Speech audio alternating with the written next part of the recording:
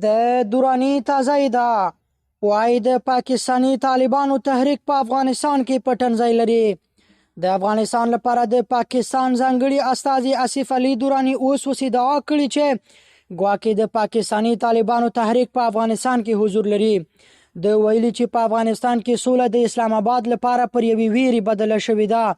د افغانستان لپاره د پاکستان ځانګړي استازي د پاکستان له پخوانیو سفیرانو سره په خبرو اترو کې ادعا کړې چې ټي ټي پی په افغانستان کې پټنځای لري او په پاکستان کې بریدونه ترسره کوي.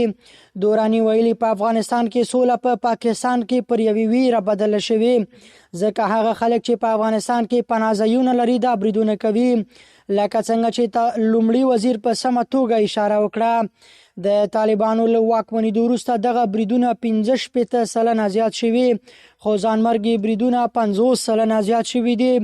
د آصف علي دوراني په پاکستان کې د ترهګریزو بریدونو د ترسروي د حراموالي په هکله د اسلامي امارت د مشر فرمان ته په اشارې سره ویلي چې ټي ټي پی له دغه فرمانه اطاعت نه کوي.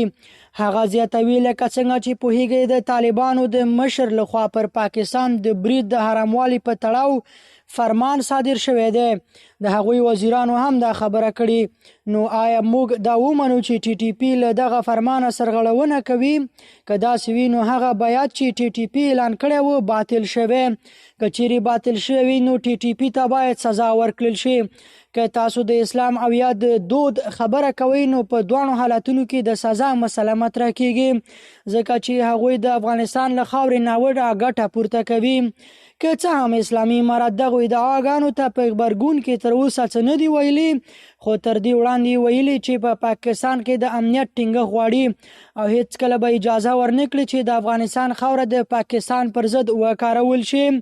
د سیاسي چارو شنونکی یوسف امین زازی تولینوس ته وایي هغوی باید د سند پر بنسټ خبرې وکړي چیرته دی څوک ورته ښوونه ورکوي او څوک یې سمبالوي.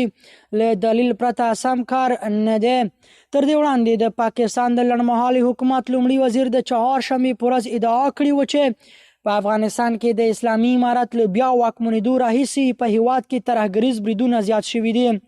انوارالحق کاکړ دغه راز ادعا کړې وه چې ځینې ناقانونه پاکستاني وګړي په افغانستان کې اوسیږي خو اسلامي امارت تل دغه خبره رد کړې ده.